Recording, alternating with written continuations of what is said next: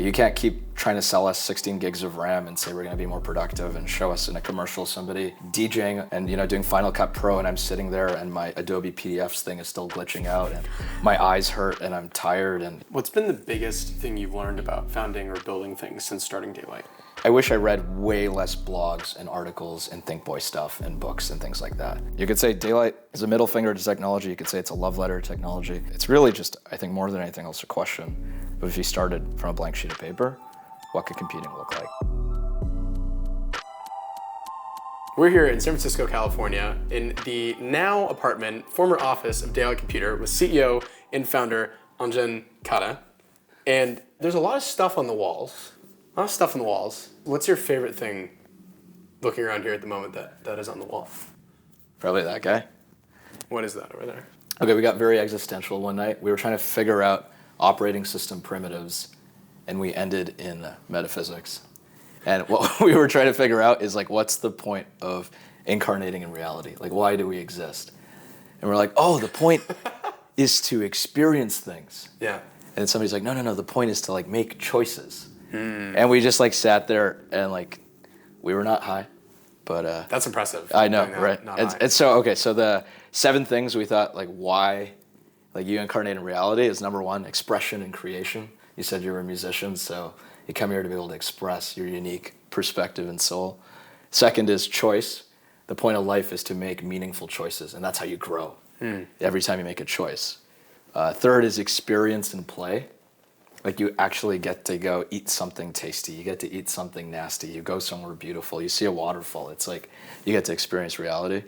The fourth thing is learning and evolution. Like you're learning all the time. Like why does our dopamine system exist? It's to learn.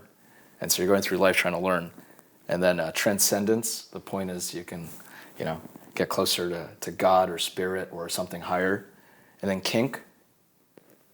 The basic idea of being like one of the great aspects of reality is to play a prank on it. So take something that's supposed to be negative and make it a positive. And that's kind of what kink is. If you have to bike 10 miles to get to work because you're a poor boy in India, that sucks. But if you get to bike 10 miles to work on your carbon fiber bike, that's because you're awesome, right? It's fun, right? And so spicy food is supposed to be painful, but we make it pleasurable. Yeah.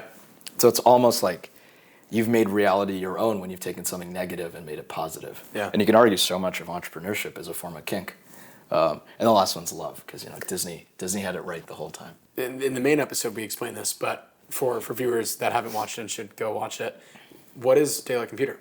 I think it can be understood in a couple ways. I think one way to understand Daylight is it's a middle finger to technology. But it is technology. And I think that's the second way to describe it, is it's a love letter to technology. It's a middle finger to technology because it's like enough is enough. You can't keep trying to sell us 16 gigs of RAM and say we're going to be more productive and show us in a commercial somebody DJing and doing Final Cut Pro, and I'm sitting there and my Adobe PDFs thing is still glitching out and my eyes hurt and I'm tired and distracted. It's like enough's enough. You need some accountability for all these promises of a bicycle for the mind and this being this powerful tool.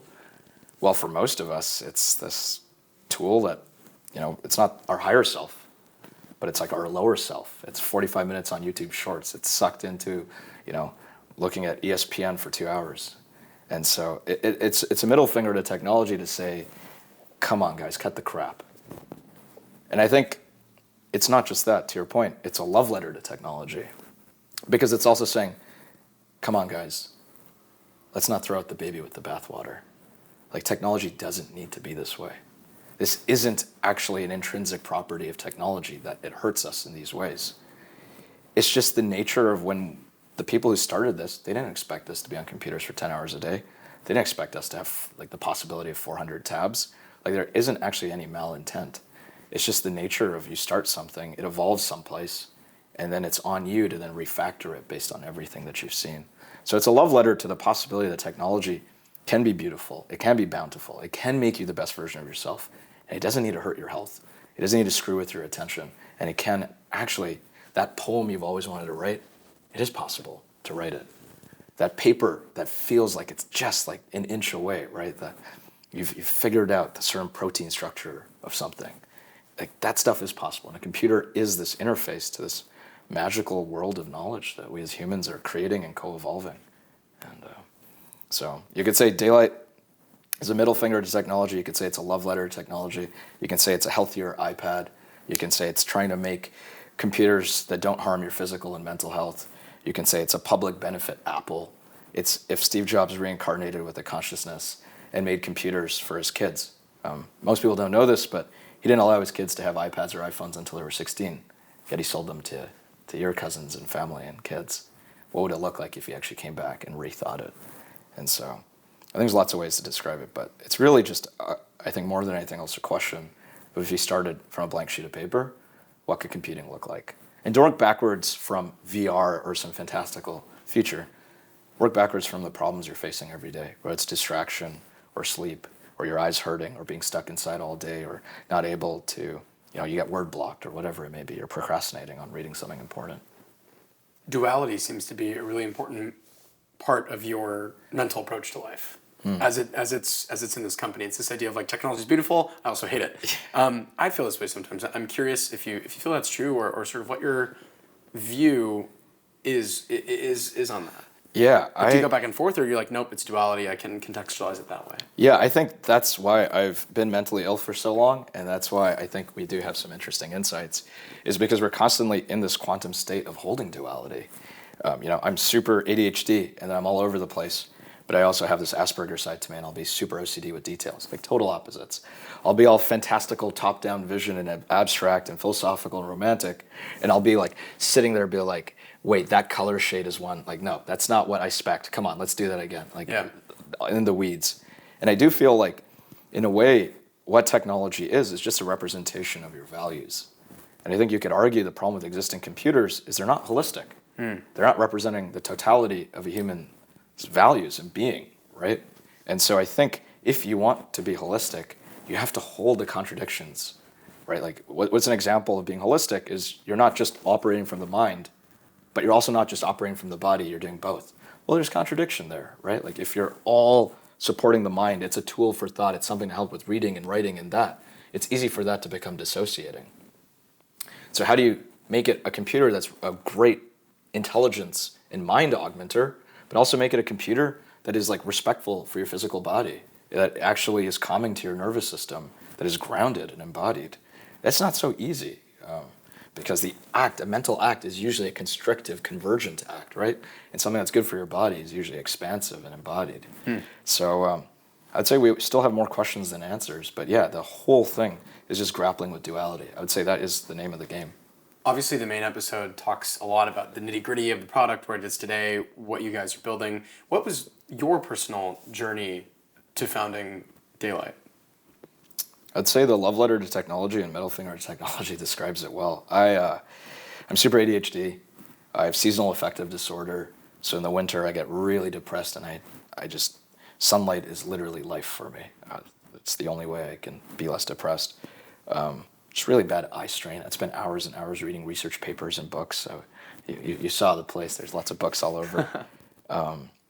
And so I also spent 2 years backpacking after college, and I was just frustrated being in like this beautiful island in Indonesia, and I was stuck inside because I couldn't see my computer outdoors. And I was like, well, I can't read this Google Doc on my Kindle. I can't read this paper on my Kindle. Like, right? What the heck? Yeah.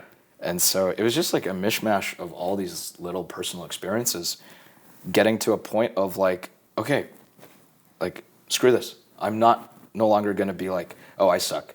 Oh, I have low willpower. Like, oh, I deserve to like kind of not reach my potential, because it's my fault. Every time I'm on a computer, I'm getting distracted. It's my fault that, there's 300 tabs and I'm getting overwhelmed. It's my fault that I'm not finishing that paper. It's my fault that, so on and so on.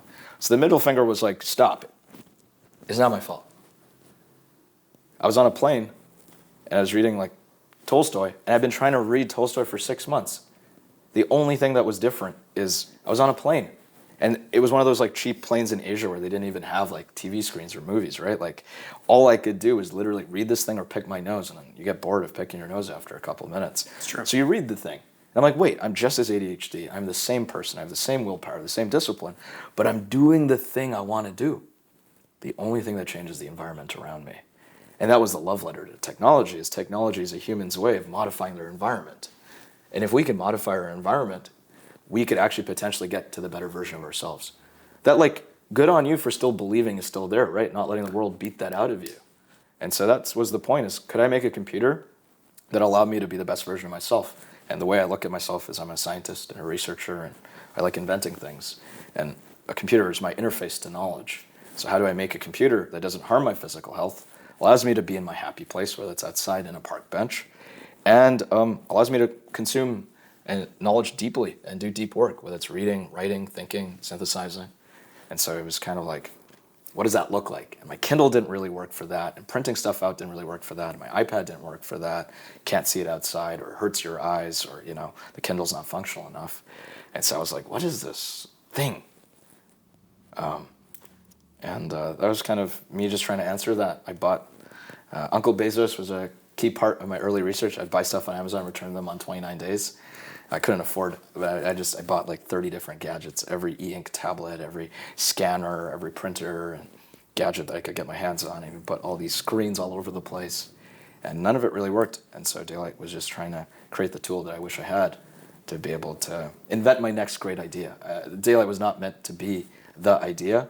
It was meant to give me the tool where I could then find the medical technology that would be my great idea. I could read that paper that finally gave me that breakthrough.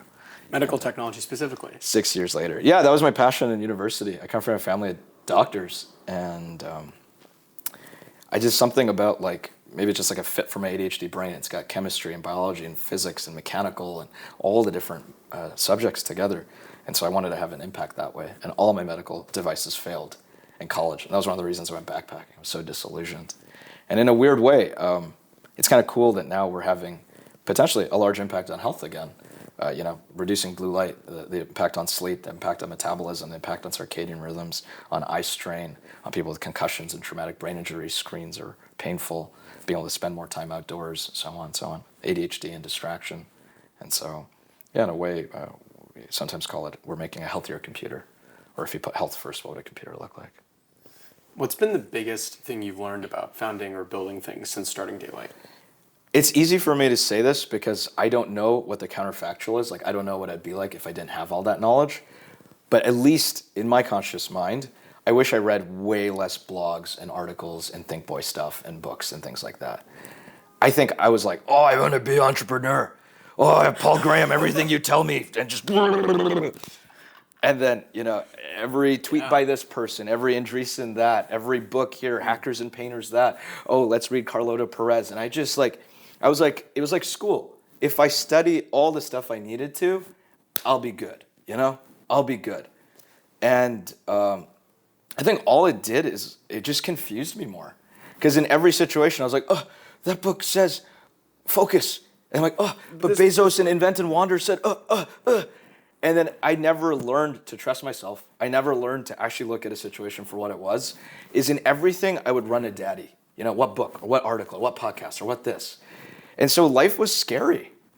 And it was always a decision. It was fear-based. What if I'm learning the wrong thing here? And in a way, I think everybody intends well when they write this stuff, but I don't think they can appreciate how impressionable a young person is.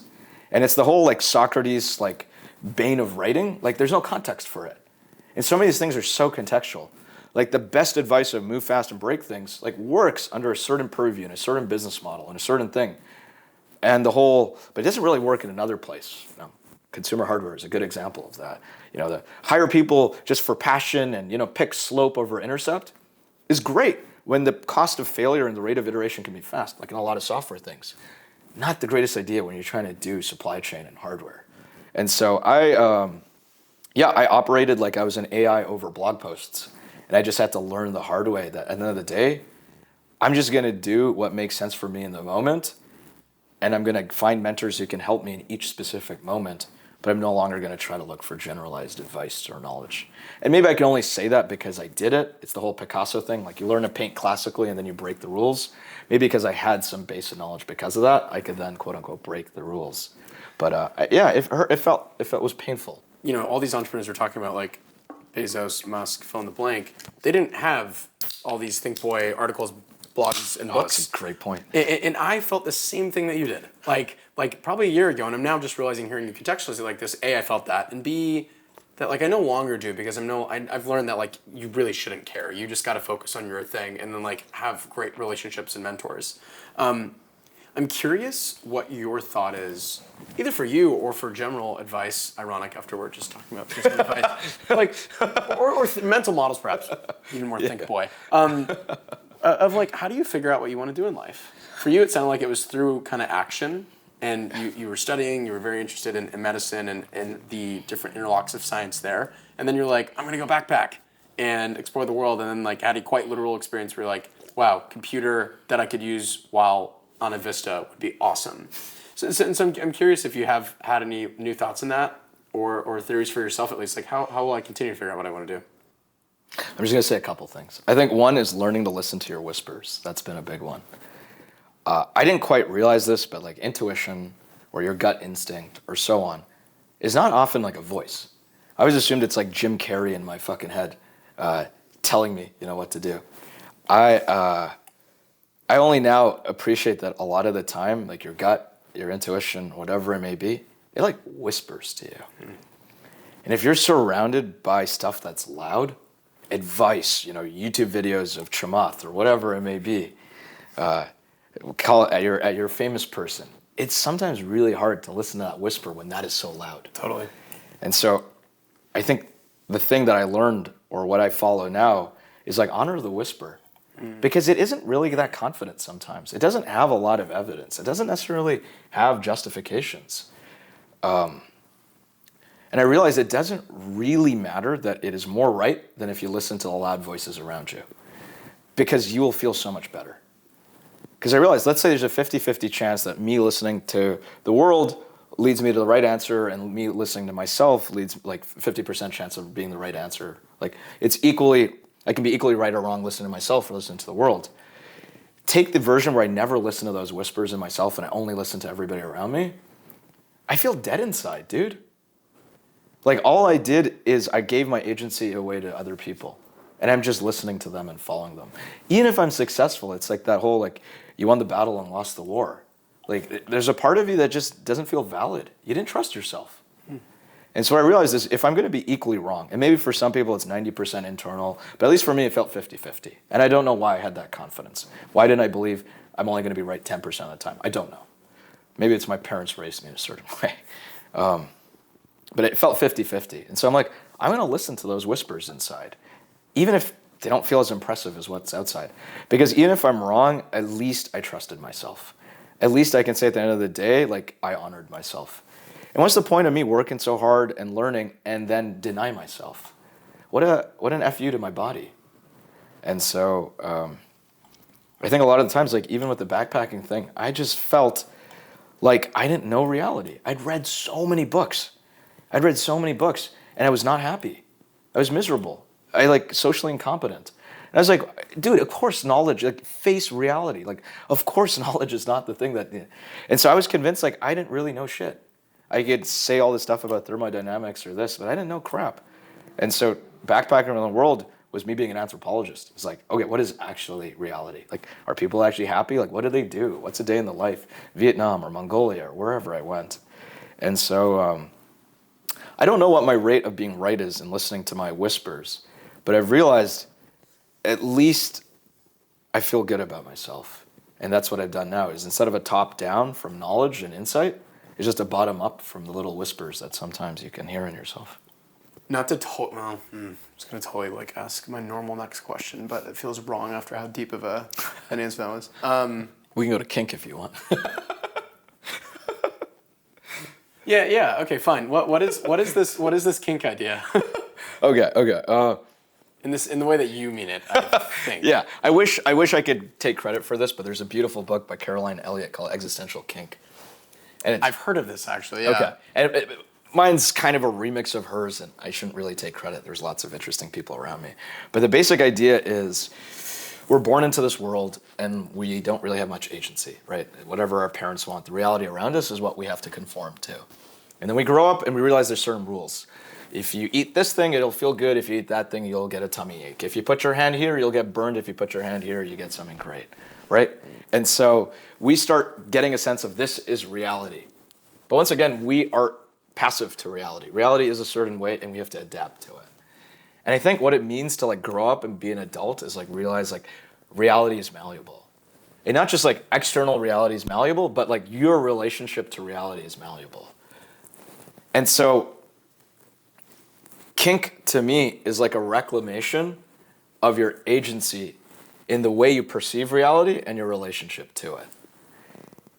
It's taking something that's negative or painful, and because you're choosing to do it, making it fulfilling or meaningful, right? Like if I took a black box, I removed all the details and like all the factors, and I just gave you the details of what my day in the life has been for the last 6 years, you'd be like, dude, what kind of like Guantanamo Bay torture chamber is that? Like you actually look, like I had to spend, I have very little money in my bank account. I spent 1/15 of my bank account on getting my hair unmatted recently. Because I've been not so badly not taking care of myself, all my hair literally got matted. And it takes like 3 people like 4 hours to do it. Otherwise I'd have to cut all my hair off. Like it's that level, and I'm not saying that has to be the case, I'm kind of dumb. But it was like that level of like almost self-degradation or lack of self-respect, or just like taking all the L's on yourself to then produce something externally. If you just saw that, you'd be like, dude, this is torture. But because I'm choosing it, but because I'm making that choice every day, and because it's an art project, I have a vision of something that's there on the other side, I'm happy. And maybe I wasn't happy for most of it. It was a pretty miserable experience, but now I'm happy or content or whatever you want to say. And it's like I took something that on its face is painful. On its face, I'm working, whatever, anywhere from 12 to 16 hours a day. But because I've chosen it, it's become my kink in a way, right? And so spicy food is the ultimate form of kink, because it was produced by plants to drive away mammals, but to allow birds to come. Because birds fly over a larger area, so their poop would have the plant seeds pollinating over a much larger area. And that's what the plants wanted to do, is they wanted to spread. So capsaicin uniquely poisons mammals and doesn't affect birds. If you feed the spiciest thing to a bird, it does nothing to it. But to a mammal, it creates this huge inflammatory reaction. Your heart rate goes up, you get sweaty, literally you feel like your tongue's on fire. It's a poison. But we took this poison and we made it this like incredibly pleasurable thing. Like literally in India, you can't even eat the food if there's not spice there. And it is literally a mammalian poison. And to me, that's kink. It's like reality, you want to poison me? Like, I'm going to make it pleasure, right? And so to me, whether you're a musician or an entrepreneur or an athlete, it feels like those at the highest echelons of their field are really kinky. They've taken stuff that is negative and made it fun, made it pleasurable, made it worthwhile. And I think that's like us reclaiming our agency over reality. And that's a pretty cool feeling. I love that answer. I'm also curious, you're a founder of a company that employs how many people? I don't know, 20 something now. 20 something. And we're hiring a lot. And you don't have a lot of money in your bank account.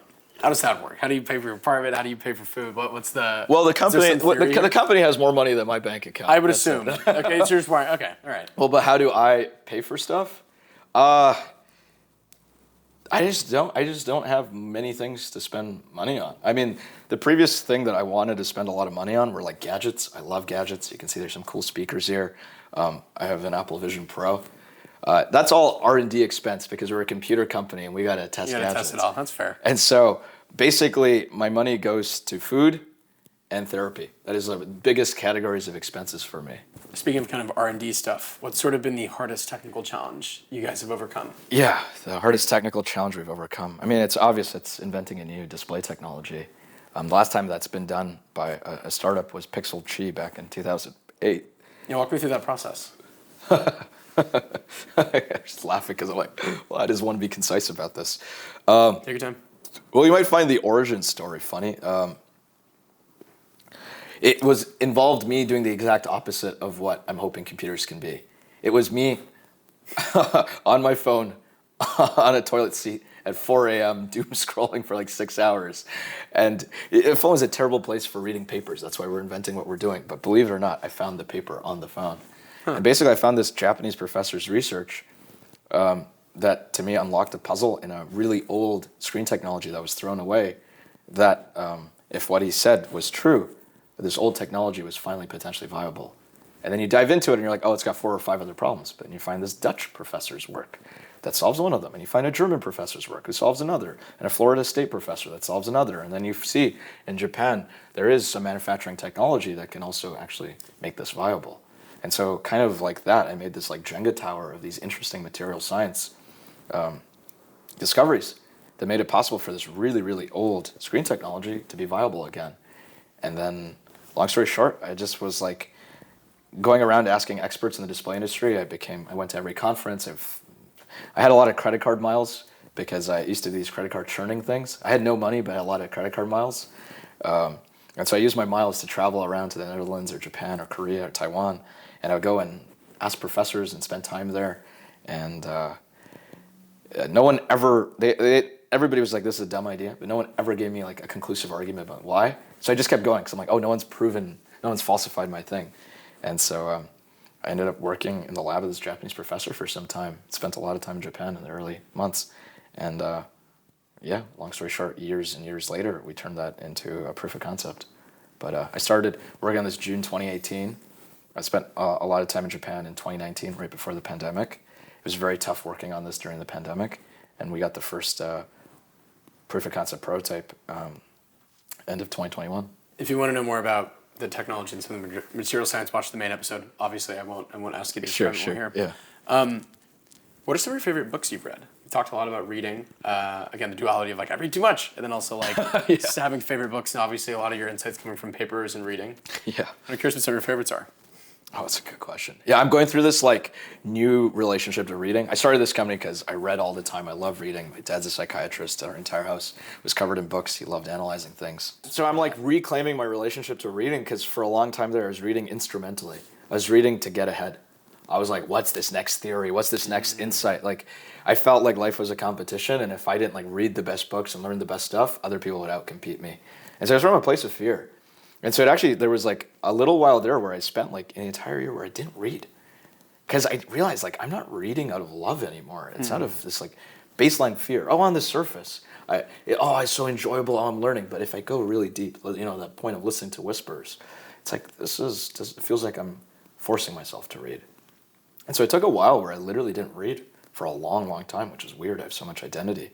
And now I've started to read again, but I started with like young adult fiction, like that Artemis Fowl book that I was telling you that inspired me of the. Which I love because I love reading young adult fiction, which I feel like weird as like an older. Yes, I know. Like I'm 24 reading like Mistborn, but it's the fucking best thing I've ever read. Like, what is that? It brings me back to wonder and like I don't need sophisticated plot or learn stuff. I just need to like be in wonder. Oddly, that's more inspiring than like some of the most scientific. It's so on the same team. Yeah, totally. Life's weird. Cool. And so that's the type of stuff I've been reading recently. But if you ask me like what were the books that are my favorites, I'll give you a different answer every time. But one is the Eternity Code, Artemis Fowl, the Eternity Code, because it gave me the archetype of like a young tech genius, magic, boy wonder. I thought he was so cool. Yeah. And he'd do these crazy spy missions. So that's what I wanted to do. So it's cool that you're interested in the power of fiction. I think Brave New World was a really powerful book for me because it painted a picture of like you win and you still lose. And that was like my takeaway from tech is this like Einstein quote. Like when I left Stanford all disillusioned and I was like went backpacking around the world because I was like what the heck. It was that Einstein quote that like what characterizes the modern day is optimization of means, yet confusion of goals. And it felt like all we were doing is like making things better and faster and cheaper and saving more lives and doing this. And I was like, but to what end? And I had this perspective because my dad's a psychiatrist and he'd have patients who would be saved from terminal cancer, but then they'd be like super depressed. And the doctor somewhere was like, I just saved somebody's life. Like, woohoo. And like, that's amazing. But then they were in my dad's office for years. And I was like, wait, that's like, they don't have their life back. And so it like really challenged me to be like, we got to actually look at what our actual goals are, what really matters. And so Brave New World kind of was like, if we just do the Sorcerer's Apprentice of like more pleasure, faster, better, less problems, more convenience, you could have a successful society that on all metric like is good and works. And it's a fucking horrifying tale of holy shit. And I always remember John the Savage's speech in the end where he's like, give me cancer, give me pain, but give me my soul, like, give me life back. And so it kind of, I think it really informed myself of like, you don't want a Pyrrhic win, right? What does it actually mean to win? And I think there's no way to know that unless you go deep into your own values and to the things that drive you, that make your heart sing. So that was a big one for me. And I'm just going to answer arbitrarily. Shoe Dog by Phil Knight. I just loved it because it was like the first honest book about entrepreneurship I felt. I think I read a lot of stuff, but I loved when he like stole the thing across somebody's desk. I'm forgetting the specifics. But I was just like, no one has ever really admitted that in like a biography I've read. And just, when he was like sick in Japan and he was so honest about that and just the whole journey. I so appreciated that transparency because even what you're saying, why you do this is, it really gave me a lot of confidence in myself as an entrepreneur because I was like, whoa, he's not that different than me than I think. I mean, he's clearly an incredible person, but he's human. And he makes mistakes and he's relatable. And it definitely, reading that just as I was starting this was a key thing. You know, my personal mission for doing S3 is like, I want to inspire more people to change the world and kind of raise the percentage of people changing the world. This is a base sort of theory I have that is a net good thing for humanity.